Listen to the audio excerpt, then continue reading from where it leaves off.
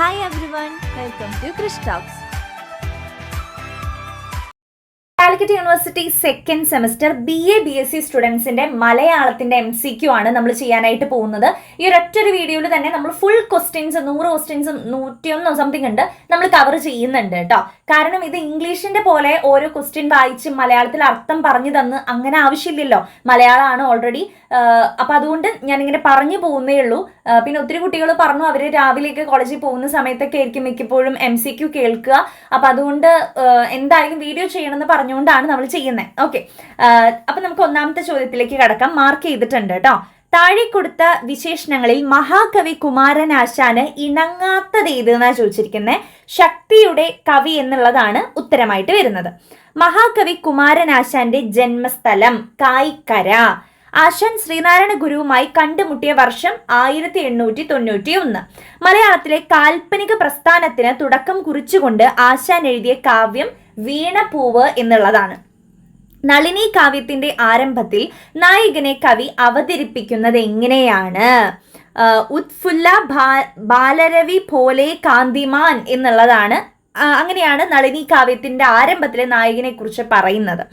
Then അടുത്ത ചോദ്യമാണ്, നളിനി കാവ്യത്തിന്റെ പശ്ചാത്തലം എവിടെയാണ്? ഹിമാലയ സാനു പ്രദേശത്താണ് ഇതിന്റെ പശ്ചാത്തലം വരുന്നത്. ഏഴാമത്തെ ചോദ്യം നോക്കാം നമുക്ക്. മലയാളത്തിലെ ഏറ്റവും അധികം വിവാദങ്ങൾ ഉയർത്തിയ ഒരു ശ്ലോകമാണ് നളിനി കാവ്യത്തിലെ ഡാഷ് എന്ന് തുടങ്ങുന്ന ശ്ലോകം. ഏതാണെന്ന് ചോദിച്ചിരിക്കുന്നത്. സന്തതം മിഹരനാത്മശോഭയും എന്നുള്ളതാണ്. നളിനി കാവ്യത്തിന് അവതാരിക എഴുതിയതാര്? AR രാജരാജവർമ്മ. സൂര്യകാന്തി എന്ന കവിത ആദ്യമായി പുറത്തിറങ്ങിയ വർഷം 1932. ഡോക്ടർ M ലീലാവതി മഹാകവി G ശങ്കരക്കുറുപ്പിന്റെ കാവ്യ ജീവിതത്തെ എത്ര ഘട്ടങ്ങളായി തിരിച്ചിട്ടുണ്ട്? 5 ഘട്ടങ്ങളായിട്ട്.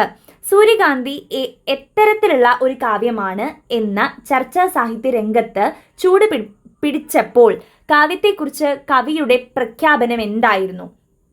മുഗ്ധ പ്രണയ ഗീതം. അടുത്തത് 12ാമത്തെ ചോദ്യം. സൂര്യകാന്തിയുടെ പ്രണയത്തിന് കവിയുടെ മസോക്കിസ്റ്റ് ഘടനയുമായി ബന്ധമുണ്ടെന്ന് സൂചിപ്പിച്ചതാര്? D Benjamin. സൂര്യകാന്തി എന്ന കവിതയിൽ ആവിധം പരസ്പരം സ്നേഹിക്കാതിരുന്നെങ്കിൽ എന്ന വരികൾ ആരുടെ വാക്കായിട്ടാണ് പറഞ്ഞിട്ടുള്ളത്? സൂര്യന്റെ വാക്കുകളായിട്ടാണ് പറഞ്ഞിട്ടുള്ളത്. ശങ്കരക്കുറുപ്പ് വിമർശിക്കപ്പെടുന്നു എന്ന് കൃതി എഴുതിയത് ആര്? സുകുമാർ അഴീക്കോട്. G ശങ്കരക്കുറുപ്പിനെ ജ്ഞാനപീഠ പുരസ്കാരത്തിന് അർഹനാക്കിയ കൃതി ഓടക്കുഴൽ. G ശങ്കരക്കുറുപ്പിന്റെ ആത്മകഥയുടെ പേര് ഓർമ്മയുടെ ഓളങ്ങൾ എന്നുള്ളതാണ്. മണിനാഥം പ്രസിദ്ധീകരിച്ച വർഷം 1944. മണിനാഥത്തിന് അവതാരിക എഴുതിയത് കേസരി ബാലകൃഷ്ണപിള്ള. ഇടപ്പള്ളി രാഘവൻ പിള്ള ആത്മഹത്യ ചെയ്തത് ഏത് വർഷമാണ്? 1936. ഇടപ്പള്ളിയുടെ മരണത്തിൽ നിന്നുളവായ വേദനയിൽ ചങ്ങമ്പുഴ രചിച്ച ലഘു വിലാപ കാവ്യം ഏതാണ്? തകർന്ന മുരളി. ഇടപ്പള്ളി രാഘവൻ പിള്ള കണക്കപ്പിള്ളയായി ജോലി നോക്കിയിരുന്ന പ്രതിവാര പത്രിക ഏത്? ശ്രീമതി. മണിനാഥം, നാളത്തെ പ്രഭാതം എന്നീ കവിതകളുടെ പ്രധാന പ്രമേയം എന്തായിരുന്നു? മരണമായിരുന്നു. കവിയുടെ ആത്മഹത്യയുടെ പിറ്റേന്ന് മണിനാഥം അച്ചടിച്ചു വന്നത് ഏത് വാരികയിലാണ്? മാതൃഭൂമി ആഴ്ചപ്പതിപ്പിലായിരുന്നു. മണിനാഥത്തിൽ എത്ര ഖണ്ഡങ്ങളാണ് ആഖ്യാനം നിർവഹിച്ചിട്ടുള്ളത്? ഖണ്ഡങ്ങളായാണ് കൊടുത്തിരിക്കുന്നത്. 4 ഖണ്ഡങ്ങളായിട്ടാണ് കൊടുത്തിരിക്കുന്നത്. ദെൻ അടുത്ത ക്വസ്റ്റ്യനാണ്, പിരിയുകയാണിതാ ഞാനൊരു അധകൃതൻ കരയുവാനായി പിറന്നൊരു കാമുകൻ. ഏത് കവിതയിലെ വരികളാണിത്? മണിനാഥം.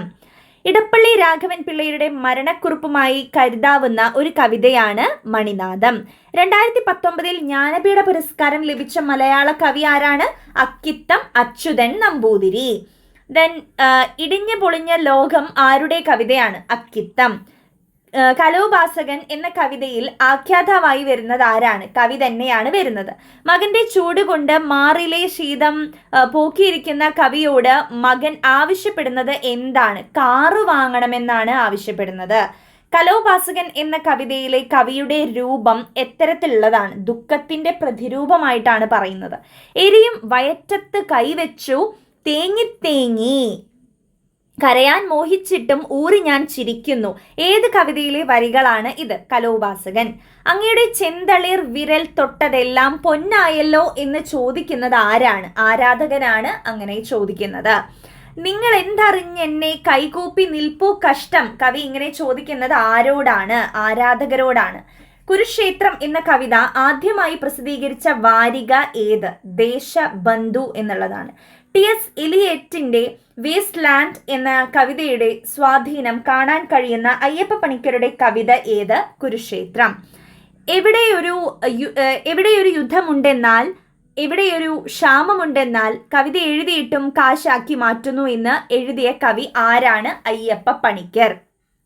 അയ്യപ്പ പണിക്കരുടെ കവിതകളിൽ വിചിത്രമായ അർത്ഥകൽപ്പനകളുള്ള ഒരു കവിതയാണ് കുതിരക്കൊമ്പ്. അയ്യപ്പ പണിക്കർ നിരസിച്ച അവാർഡിന്റെ പേരാണ് ചോദിച്ചിരിക്കുന്നത്. വയലാർ അവാർഡാണ് കേട്ടോ. കുതിരക്കൊമ്പ് എന്ന കവിതാ ശീർഷകം എന്തിനെയാണ് സൂചിപ്പിക്കുന്നത്? മിഥ്യയായ ഒന്നിനെയാണ് ആ ഒരു ശീർഷകം കൊണ്ട് ഉദ്ദേശിക്കുന്നത്. കുതിരക്കൊമ്പ് അന്വേഷിച്ച് നടക്കുന്നത് ആരാണ്? സൂതകുമാരനാണ് കുതിരക്കൊമ്പ് അന്വേഷിച്ച് നടക്കുന്നത്. കുതിരക്കൊമ്പ് എന്ന കവിതയിലെ വക്താവ് ആരാണ്? കവി തന്നെയാണ് വക്താവായിട്ട് വരുന്നത്. കുതിരക്കൊമ്പ് എന്ന കവിതയുടെ ആഖ്യാന രീതി എപ്രകാരമുള്ളതാണ്? നാടോടി മട്ടിലുള്ള ഒരു കഥാഖ്യാന രീതിയാണ് കുതിരക്കൊമ്പ് എന്നുള്ള കവിതയ്ക്ക് ഉള്ളത്. കുതിരയ്ക്ക് കൊമ്പുണ്ടെന്ന് നേതാവ് പ്രഖ്യാപിച്ചാൽ നട്ടെല്ലൂരിയെടുത്ത് നെറ്റിയിലൊട്ടിച്ച് പ്രഖ്യാപനത്തെ സ്വാർത്ഥകമാക്കുന്ന നട്ടെല്ല് നഷ്ടപ്പെട്ട അനുയായി വർഗത്തെ കളിയാക്കുന്ന കുതിരക്കൊമ്പ് എന്നിങ്ങനെ പ്രസ്താവിച്ചതാര്? Doctor M Leelavathi. ദെൻ വാടിയ പൂക്കളോടല്ല, ഇനിയും ഉണരേണ്ട മൊട്ടുകളോടാണ് കഥ പറയേണ്ടത് എന്നതിലൂടെ ആരോടാണ് തനിക്ക് പറയാനുള്ളത് എന്നാണ് കവി അർത്ഥമാക്കുന്നത്. പുതിയ തലമുറയോട് ഇങ്ങനെ പറയണമെന്നാണ് കവി അർത്ഥമാക്കുന്നത്.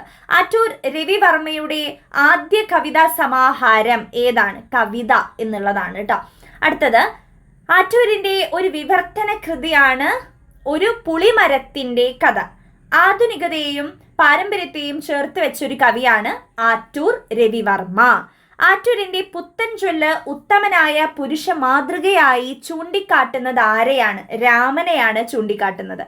ദെൻ പുത്തൻ ചൊല്ല് എന്ന കവിതയുടെ സ്വഭാവം എത്തരത്തിലുള്ളതാണ്?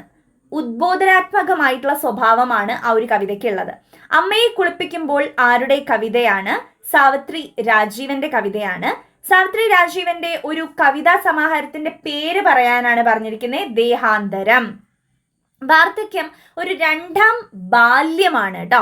അപ്പോൾ അമ്മ നിനക്ക് തന്ന ഉമ്മകളിലൊന്ന് പകരം നൽകുക. ആരുടെ വരികളാണിത്? സാവിത്രി രാജീവൻ. അമ്മയെ കുളിപ്പിക്കുമ്പോൾ എന്ന കവിത മുന്നോട്ട് വെക്കുന്ന ആശയം എന്താണ്? വാർദ്ധക്യത്തിൽ അതിയായ കരുതൽ വേണം എന്നുള്ള ഒരു കാര്യമാണ് പറയുന്നത്. ഒരു കവിയത്രി എന്ന നിലയിലല്ലാതെ മറ്റേത് നിലയിലാണ് സാവിത്രി രാജീവൻ ശ്രദ്ധ നേടിയിട്ടുള്ളത്? ചിത്രകാരി എന്നുള്ള നിലയിലാണ്.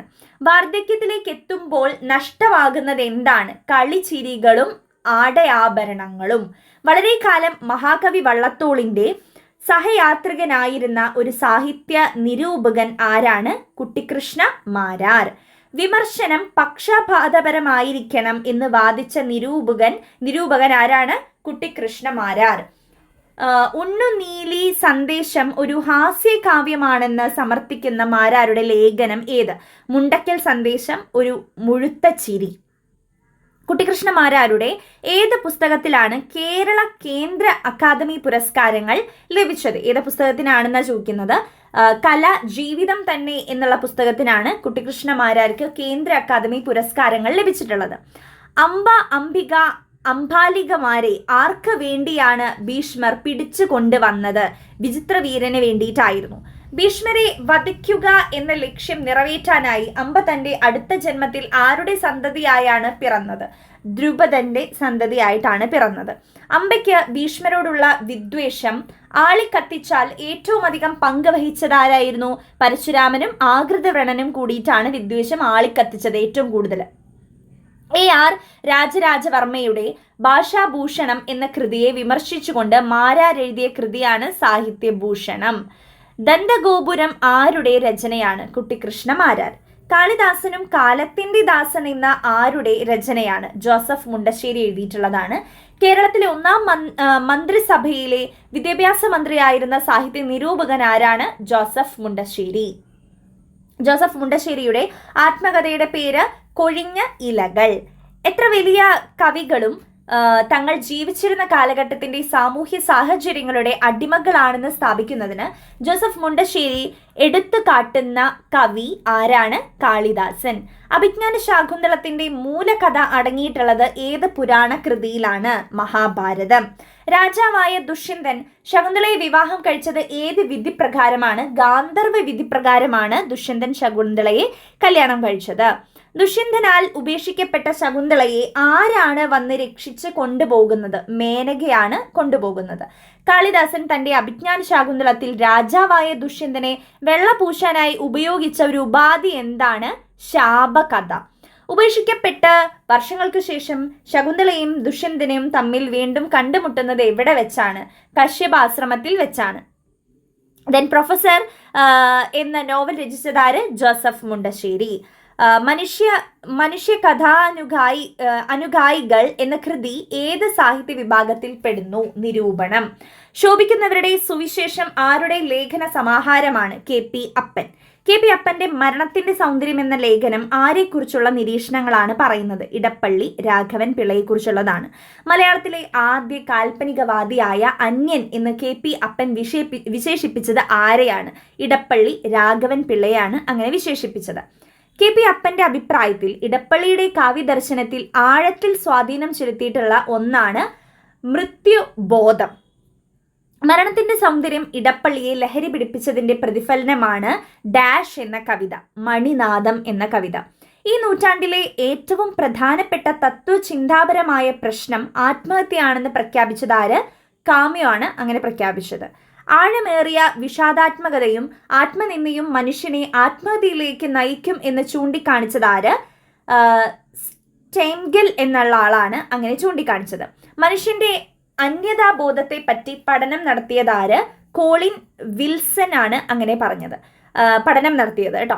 ഇടപ്പള്ളിയുടെ ആത്മഹത്യയെ പ്രേമനൈരാശ്യം കൊണ്ടെന്നതിനപ്പുറം മറ്റേത് നിലയിലാണ് KP അപ്പൻ നോക്കിക്കാണുന്നത്? തത്വചിന്താപരമായ പ്രശ്നം എന്നീ നിലയിലാണ് നോക്കിക്കാണുന്നത്.